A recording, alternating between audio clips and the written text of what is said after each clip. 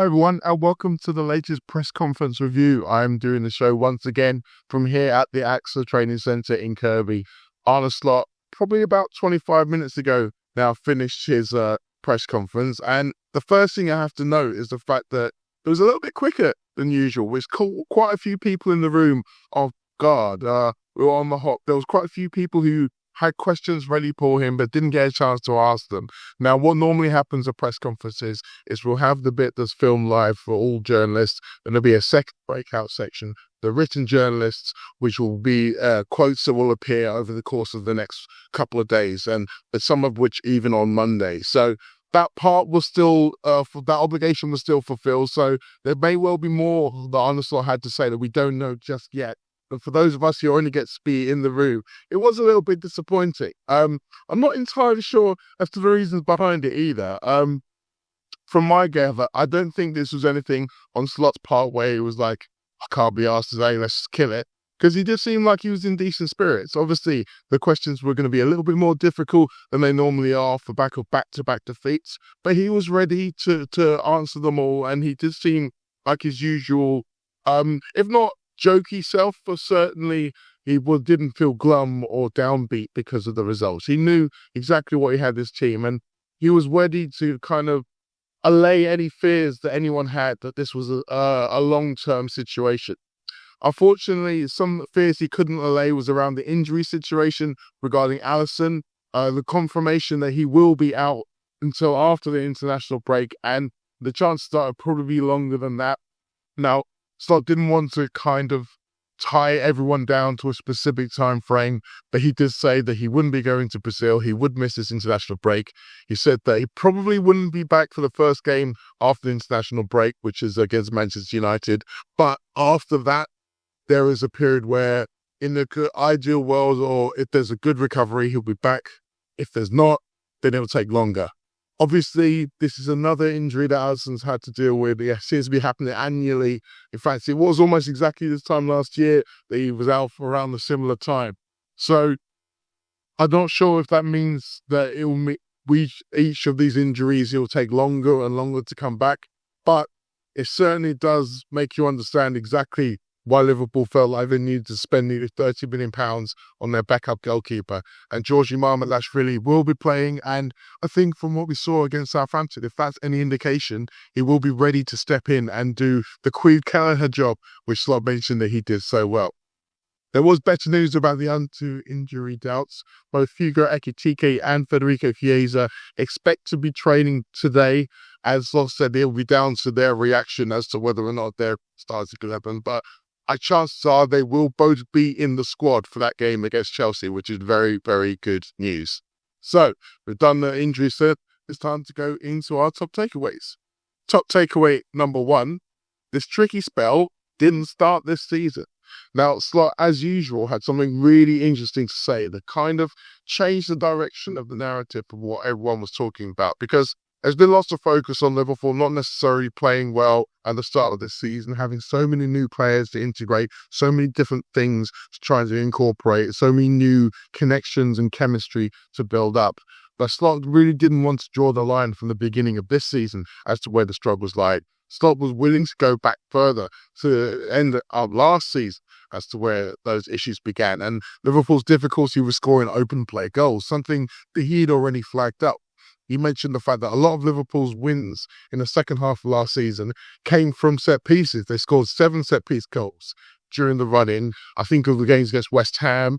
I think of against Spurs as well. There were a few set-piece goals mixed into there that kind of got Liverpool over the line. Even the game against Southampton at home, going back as far as March. Yeah, there were a few times when they weren't at their best, but they were able to get a set-piece and it broke the game up.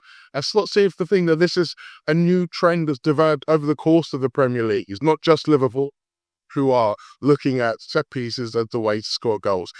Every team is finding it harder to break the game open. Whether or not there's more teams playing a low block than there was previously, I'm not sure. But one thing he did also mention, which I found fascinating, was that he noticed that Liverpool opponents are playing against them differently. So there was an element of the fact that when he arrived, because no one knew really who he was outside of those who paid attention to Dutch football, the fact that Liverpool had finished third, having looked like they were in a title race and then fallen off a cliff the season before, and of course the big influence that everyone assumed Jurgen Klopp had, and obviously he did have.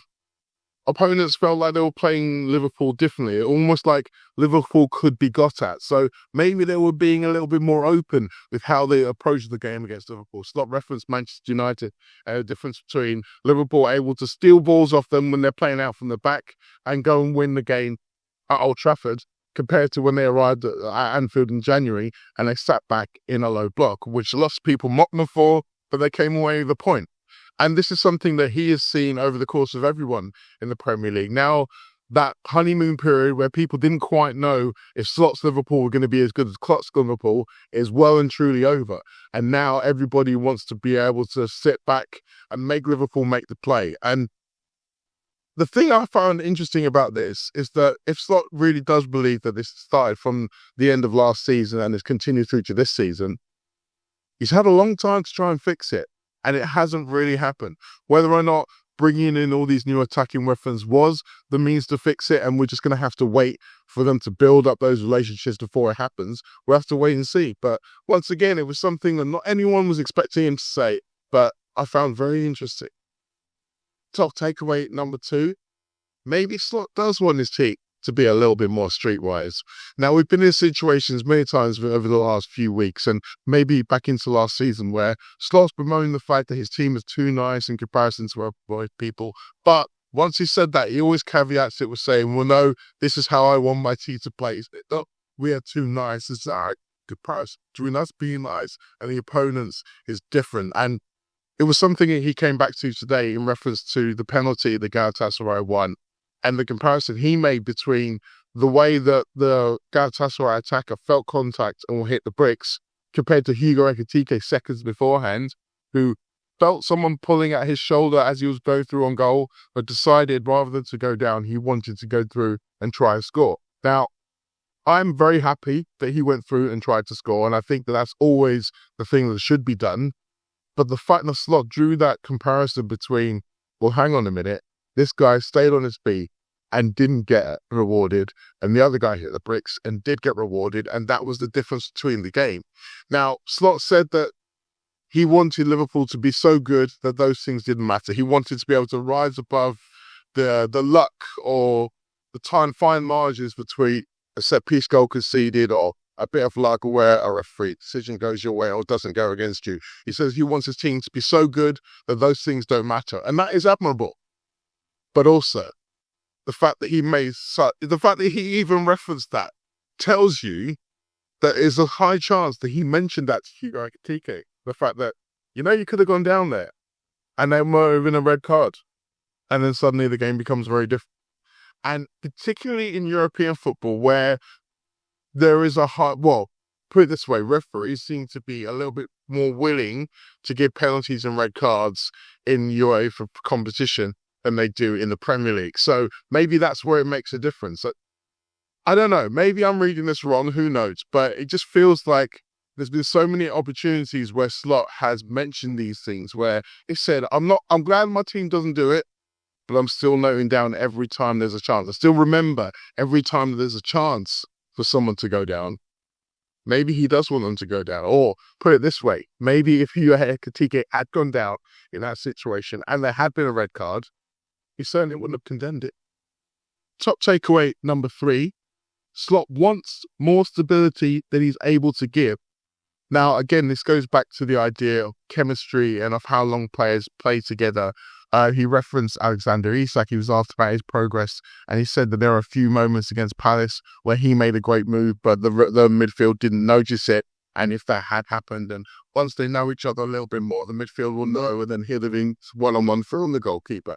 And you do sense there's a little bit of that happening all over the pitch. I mean, my question, I got a chance to ask it, would have been about the isolation that there were, if you see certain areas, Isak and Salah against Galatasaray were both on the pitch for a combined hour.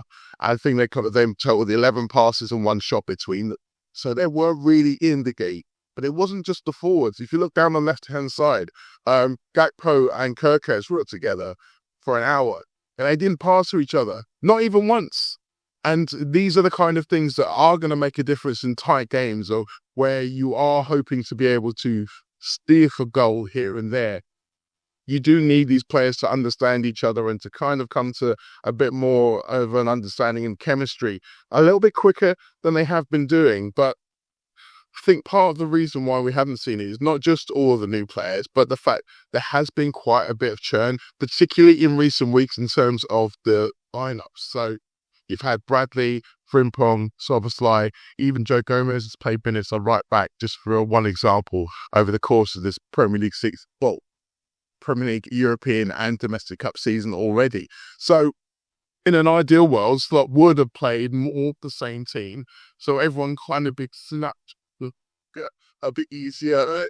Some of the Chloe Baz are kind of bright.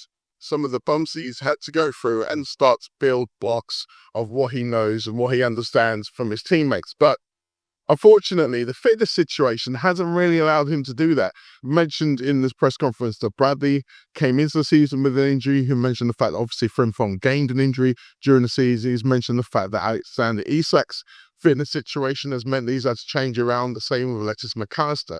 So for all these reasons, he's had to chop and change a little bit more than he wants to. And these chopping and changing is affecting the ability of everybody to build up that chemistry and build up those understandings. So it's maybe delayed things a little bit, which is all very reasonable.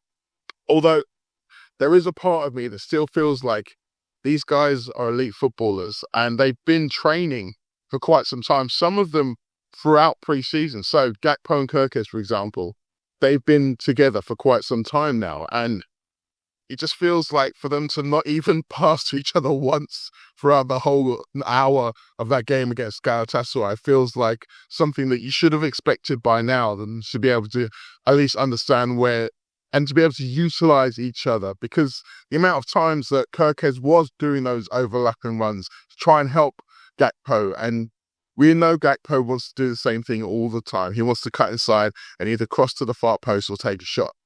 But there are times when it's better for him to use Kirkes' run rather than not just use it as a decoy. Sometimes he needs to play him in. And you'd have hoped that by now he'd have come to the understanding of that. But that doesn't seem to have happened. But we'll have to wait and see. There can be no real time frame on these things, unfortunately. It's going to take reps, and we're just going to have to be a bit more patient. Now, overall, it did sound like Arne Slot himself was patient, was calm about the situation. He certainly wasn't panicking in a way that some people have been online. So that's at least one good thing. He doesn't seem like he's changed his demeanor or who he is or how he is, and hopefully that'll translate to players. But you all know, just like everyone, that the best method, the best remedy to fix all of this is a win. And a win against Chelsea, a team who have scored a lot of set pieces, kind of referencing what he was saying earlier, will be vital in order to go into this break with a little bit more ease to kind of draw a line under this last week of poor performances and poor results, and maybe up to building once again. We'll have to wait and see on that one. But that's all I have time for you today, because it's starting to rain, so I need to get inside. Thank you, as ever, for watching. I won't be at Stamford Bridge this weekend, so there will be no on-the-whistle match report from me on my Substack. However, I will be taking part in the post-match show for LFC TV. So, to LFC TV, come find me on the post-match show, the Zoom show, so you'll be able to get all my thoughts about exactly what went down on Stamford Bridge on Saturday there. I will also be on the late challenge on Monday evening with Robbo, and then I'll be on the Anfield Wrap across the course of the week. And then, as I say, it's an international break, so we'll get a couple of weeks off. I'm going to France. I'm very much looking forward to it. I hope you all get a chance to take some time off as well. Just breathe, relax.